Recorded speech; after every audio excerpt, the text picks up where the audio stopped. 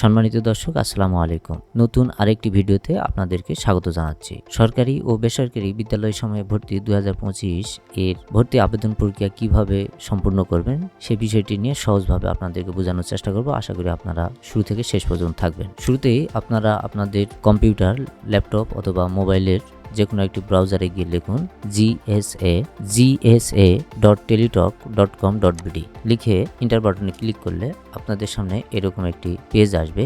এই পেজে আপনারা দেখতে পাবেন সরকারি ও বেসরকারি বিদ্যালয় সময়ে ভর্তি 2025 শিক্ষার্থী ভর্তির বিজ্ঞপ্তি ও নিয়মাবলী সরকারি এবং পরেরটা রয়েছে বেসরকারি। এরপরে যেটি রয়েছে যে সরকারি বিদ্যালয় ভর্তির আবেদন এবং বেসরকারি বিদ্যালয় ভর্তির আবেদন। এখানে উল্লেখ্য সরকারি বিদ্যালয় ভর্তির আবেদন এবং বেসরকারি বিদ্যালয় ভর্তির আবেদন ফর্ম একই, কিন্তু শুধুমাত্র লিঙ্ক দুটি ভিন্ন এবং আলাদা। তো আমরা শুরুতেই বেসরকারি বিদ্যালয় ভর্তির আবেদন এই লিঙ্কের উপর ক্লিক করব। তাহলে আমাদের সামনে এরকম একটি ইন্টারফেস প্রদর্শিত হবে। এই ইন্টারফেসে আপনারা শুরুতেই বেশ কিছু নির্দেশনা দেখতে পাবেন। নির্দেশনার প্রথমটি বলা হচ্ছে যে একটি আবেদনে 5টি বিদ্যালয়কে ক্রমানুসারে উল্লেখ করতে পারেন অথবা প্রতিটি বিদ্যালয়ের জন্য পৃথক আবেদন করতে পারেন। এরপরে বলা হচ্ছে একজন প্রার্থী একটি বিদ্যালয়ে একই শিফটে এবং একই ভার্সনে একই শ্রেণীতে মাত্র একবারই আবেদন করতে পারে। তবে একই বিদ্যালয়ে একটি শ্রেণীর ভিন্ন শিফটে বা ভার্সনে আবেদন করতে পারে। অর্থাৎ কোনো প্রতিষ্ঠানে যদি ভিন্ন শিফট থাকে তাহলে সে ভিন্ন ভিন্ন আবেদন করতে পারে। এরপর বলা হচ্ছে একটি আবেদনে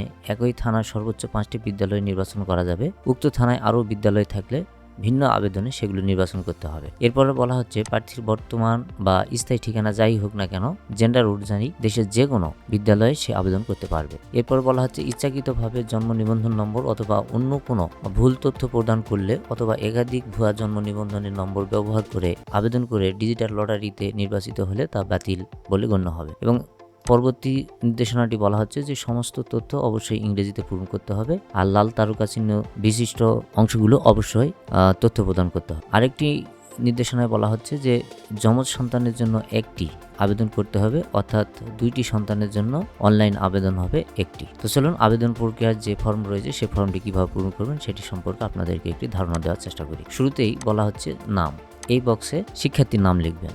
এরপরে বলা হচ্ছে জন্ম তারিখ, এই বক্সে আপনারা শিক্ষার্থীর জন্ম তারিখ দিবেন। জন্ম তারিখ ফরম্যাটটি বলা হচ্ছে প্রথমে 2 ডিজিটের দিন, এরপরে মাস এবং এরপরে 4 ডিজিটের সাল দিবেন। জন্ম নিবন্ধনের নম্বর এই বক্সে দিবেন।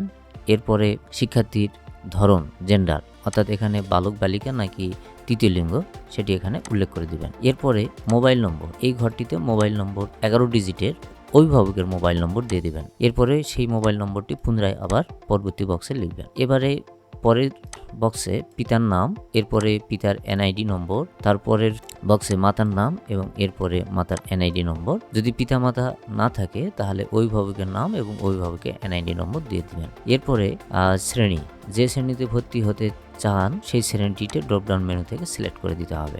এরপরে সে পূর্ববর্তী যে স্কুলে পড়াশোনা করেছে, অর্থাৎ 6ষ্ঠ শ্রেণীতে ভর্তি হতে চাইলে 5ম শ্রেণীতে যে স্কুলে বা প্রতিষ্ঠান ছিল সেই প্রতিষ্ঠানের নাম এবং পূর্ববর্তী শ্রেণীতে সে 4র্থ ছিল নাকি 3য় ছিল সেটা এখানে উল্লেখ করে দিতে হবে। যেহেতু 6ষ্ঠ শ্রেণীতে ভর্তি হবে সেহেতু পূর্ববর্তী শ্রেণী 5ম হয় স্বাভাবিক। এরপরে বলা হচ্ছে বর্তমান ঠিকানা, বর্তমান ঠিকানার জন্য এই বক্সে শুধুমাত্র তার গ্রাম অথবা বাড়ি নম্বর অথবা ওয়ার্ড এসব উল্লেখ করতে হবে। এখানে জেলা বা থানা লেখার প্রয়োজন নাই। এরপরে ড্রপডাউন মেনু থেকে বিভাগ সিলেক্ট করে দিতে হবে।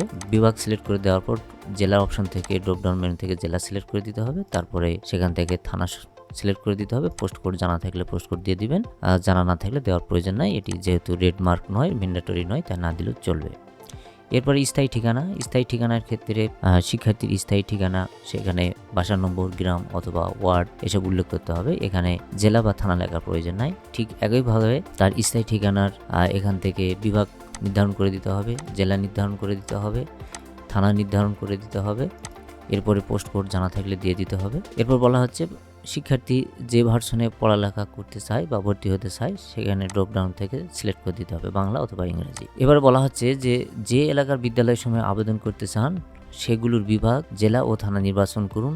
একটি আবেদনে শুধুমাত্র একটি থানা বিদ্যালয়গুলোকেই নির্বাচন করতে পারবেন। শুধুমাত্র মহানগর, মেট্রোপলিটন, সদর থানা বিদ্যালয়গুলো এই ভর্তি প্রক্রিয়ায় অন্তর্ভুক্ত রয়েছে। ধরুন আপনি এখান থেকে রাজশাহী বিভাগের একটি জেলা সিলেক্ট করলেন, এখানে আমি জেলা দিয়ে দিলাম, এখন সেটার সদর দিয়ে দিলাম। সদর দিয়ে হয়ে গেলে এখন আপনি বিদ্যালয় তালিকা এই বাটনে ক্লিক করলে সেই বিদ্যালয়গুলোর তালিকা দেখতে পাবেন। এখানে 39টি বিদ্যালয় পাওয়া গিয়েছে। বলা হচ্ছে যে নিচে 5টি ড্রপডাউন বা কম্বো বক্স থেকে 5টি পৃথক বিদ্যালয় নির্বাচন করতে হবে। বিদ্যালয় খুঁজে পাওয়া সাপেক্ষে ড্রপডাউন অথবা কম্বো বক্স এর সংখ্যা কম বেশি হতে পারে। ফার্স্ট চয়েসে নির্বাচিত বিদ্যালয়টি আপনার প্রথম পছন্দ হিসাবে এবং পঞ্চম চয়েসে নির্বাচিত বিদ্যালয়টি আপনার সর্বশেষ পছন্দ হিসাবে বিবেচিত হবে।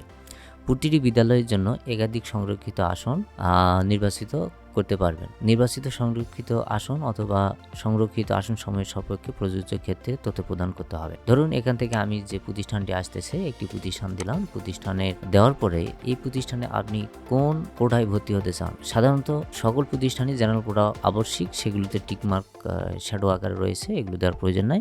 এরপরে FF, তারপরে ME, TS যে শর্টকটগুলো রয়েছে, এই শর্টগুলোর বিপরীতে তার ব্যাখ্যা রয়েছে, আপনারা নিচে দেখতে পাবেন। যেমন GN মানে হলো সাধারণ, সবার জন্য প্রযোজ্য। FF মানে ফ্রিডম ফাইটার সন্তান, মুক্তিযোদ্ধার সন্তান। এরপরে দেওয়া রয়েছে যেমন মনে করেন GOV অর্থাৎ সরকারি প্রাথমিক বিদ্যালয়ের ছাত্রছাত্রী।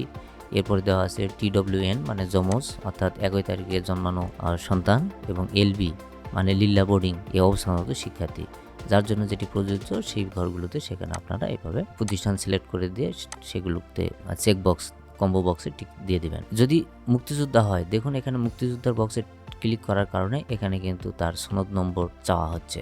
আর এখানে যদি আপনি ক্লিক না করেন, একদম ফ্রেশ জেনারেল যদি শিক্ষার্থী হয়, তাহলে কিন্তু দেখেন এখানে সেই বক্সটি প্রদর্শিত হবে না। এবার শিক্ষার্থী ছবির দৈর্ঘ্য এবং প্রস্থ হতে হবে 300x300 পিক্সেলের এবং সাইজটি হতে হবে 100 কিলোবাইটের নিচে। এবারে চুজ ফাইল অপশনে ক্লিক করে আপনার কম্পিউটারে থাকা যে ফোল্ডারে ছবি রয়েছে সেখান থেকে ছবিটি আপনি সিলেক্ট করে দিয়ে এখানে সংযোজন করে দিবেন। আপনার ফর্মটি পুনরায় একবার শুরু থেকে শেষবার চেক আপ করে নিয়ে এই জায়গায় আমি অঙ্গীকার করছি যে উপরে প্রদানকৃত সকল তথ্য সঠিক, এই চেকবক্সে টিক চিহ্ন দিবেন। দেওয়ার পরে সাবমিট বাটনে ক্লিক করবেন। সাবমিট বাটনে ক্লিক করলে শিক্ষার্থীর আবেদনটি সফলভাবে সাবমিট হয়েছে বলে এরকম একটি বার্তা পাবেন এবং তার একটি এরকম PDF ফাইল দেখতে পাবেন। এই PDF ফাইলটি আপনারা চাইলে ডাউনলোড অপশান থেকে ডাউনলোড করে পরবর্তী প্রয়োজনে সংরক্ষণ করবেন।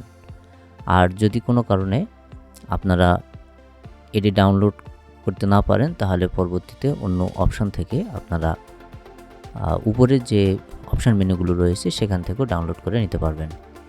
আর এই আবেদন ফর্মের শুরুতে যে ইউজার আইডি রয়েছে, এই ইউজার আইডিটি ব্যবহার করে আপনাদেরকে পরবর্তীতে আবেদন ফি প্রেরণ করতে হবে। আবেদন ফির নির্ধারিত নিয়মাবলী একদম নিচে আপনাদের এভাবে ধাপে ধাপে দেখানো রয়েছে। আপনারা সেখান থেকে সেই অনুযায়ী আবেদন ফি টেলিটক বাংলাদেশের সিমের মাধ্যমে পাঠিয়ে দিবেন। আপনি আবেদনের কপি এই অপশন থেকে আবেদন কপিটি ডাউনলোড করতে পারবেন। আবেদনের ডাউনলোড কপির জন্য আপনার যে ইউজার আইডি দেওয়া হবে এবং শিক্ষার্থীর যে জন্ম তারিখ এবং মোবাইল নম্বর দিয়ে আবেদন করা হয়েছে সেটি দিয়ে সাবমিট করলে এখানে আবেদন কপি পাওয়া যাবে। এছাড়াও বলা হচ্ছে যে ভুল ক্রমে যদি কোনো আবেদন হয়ে থাকে তাহলে সেখান থেকে যে আবেদনটা ভুল হয়েছে সেই আবেদনে ইউজার আইডি, জন্ম তারিখ এবং মোবাইল নম্বর লিখে সাবমিট করলে সেই আবেদনটি আসবে, সেই আবেদনটি ডিলিট করার অপশন পাওয়া যাবে। ফি প্রদানের আপডেট জানার জন্য আপনি এটা করতে পারবেন। তো ভিডিওর পরবর্তী অংশ বা পরের ভিডিওতে আপনারা কিভাবে ফি প্রদানের আপডেট জানবেন এবং কিভাবে ফি প্রদান করা যায় সেই বিষয়গুলো জানা যাবে। আর এছাড়াও যদি আপনাদের কোনো সাহায্যের প্রয়োজন হয় তাহলে সাহায্য অপশনে ক্লিক করে নিজ জেলার যে সকল টেলিটকের হটলাইন নম্বর রয়েছে সেই হটলাইন নম্বরগুলোতে যোগাযোগ করে আপনাদের তথ্য এবং সমস্যার সমাধান নিতে পারবেন।